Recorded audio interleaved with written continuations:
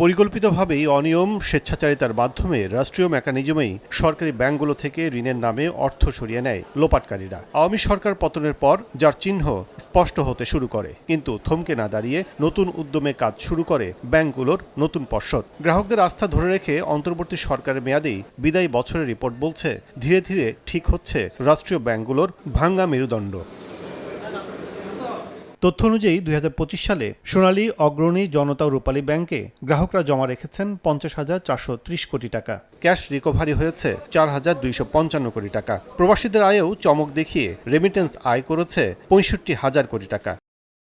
এর মধ্যে সোনালী ব্যাংকের আমানত বেড়েছে ১৪,৮৫৮ কোটি টাকা, ২,০০০ কোটি টাকা কমে খেলাপি দাঁড়িয়েছে ১৬,২৫০ কোটি টাকায়। ক্যাশ রিকভারি হয়েছে ১,২০৩ কোটি, রেমিটেন্স আয় ১,৮৪২ কোটি ও পুনর্তফসিল করেছে ৭৫০ কোটি টাকা।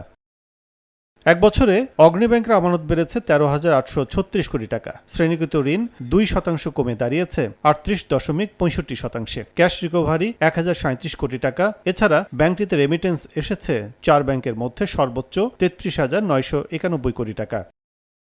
জনতা ব্যাংক ২০২৫ সালে সর্বোচ্চ আমানত সংগ্রহকারী ১৫,৭৪০ কোটি টাকা, পুনর্তফসিল করেছে ৪,৮০০ কোটি টাকা। ক্যাশ রিকভারি ৯১৫ কোটি, আর ব্যাংকটিতে প্রবাসী আয় এসেছে ২৭,৫৫১ কোটি টাকা।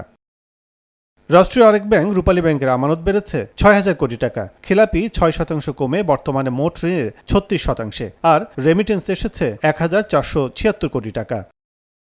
এছাড়া খেলাপি অর্থ আদায়ের হার বাড়ায় ব্যাংকাররা বলছেন, মার্চের মধ্যেই আশান্বিত পর্যায়ে নামবে মন্দ ঋণের পরিমাণ। আমানত আহরণের জন্য কিন্তু আমাদের বিশেষ কোনো ইনিশিয়েটিভ নিতে হয় না, কারণ হলো সোনালী ব্যাংকের প্রতি মানুষের আস্থাটা অনেক বেশি। এই কারণেই তারা কিন্তু স্বেচ্ছায় আমানত রাখে। এই বছরের আদায়ের বৎসর হিসেবে চিন্তা করছি এবং আমরা আশা করতেছি 25% মার্চের ভিতরে শ্রেণীকৃত ঋণ নামায় আনার। এইটা আমরা কিছুটা আশাবাদী। ব্যাংকগুলোকে সবচেয়ে বেশি সংকটে রেখেছে হেভিওয়েট খেলাপিদের মাধ্যমে বেহাত হওয়া হাজার হাজার কোটি টাকার ঘাটতি, যা রাজনৈতিক সরকারের সহযোগিতা ছাড়া উদ্ধার সম্ভব নয় বলছেন অর্থনীতিবিদরা। দেশের ব্যবসায়ীরাই কিন্তু অনেক ক্ষেত্রে রাজনীতির সাথে ওতপ্রোতভাবে জড়িত।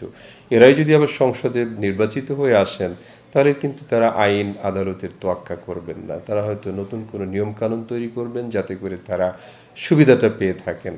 আমার কাছে মনে হয় যে এই রাষ্ট্রায়ত্ত প্রতিষ্ঠানগুলোকে, জনগণের প্রতিষ্ঠানগুলোকে আমরা যদি বাঁচিয়ে রাখতে চাই, তাহলে রাজনৈতিক সদিচ্ছা, ব্যবসায়িক মহলের সদিচ্ছা এবং সংশ্লিষ্ট প্রতিষ্ঠানগুলোর কিন্তু আসলে খুব বড় মাত্রায় সদিচ্ছা এখানে কিন্তু প্রয়োজন হয়। আর্থিক খাতের দীর্ঘ পথ চলা সরকারি ব্যাংকগুলো দেশের যে কোনো সংকট বা দুর্যোগে নানাভাবে ভূমিকা রাখে এই প্রতিষ্ঠানগুলো। তাই বৃহৎ স্বার্থে আর্থিক খাতে নিরাপত্তা নিশ্চিতের পাশাপাশি পরিচালনায় স্বচ্ছ ও স্বাধীন ভাবমূর্তি ধরে রেখে এগিয়ে যাওয়ার পরামর্শ সংশ্লিষ্টদের। কাজল আব্দুল্লাহ, সময় সংবাদ, ঢাকা।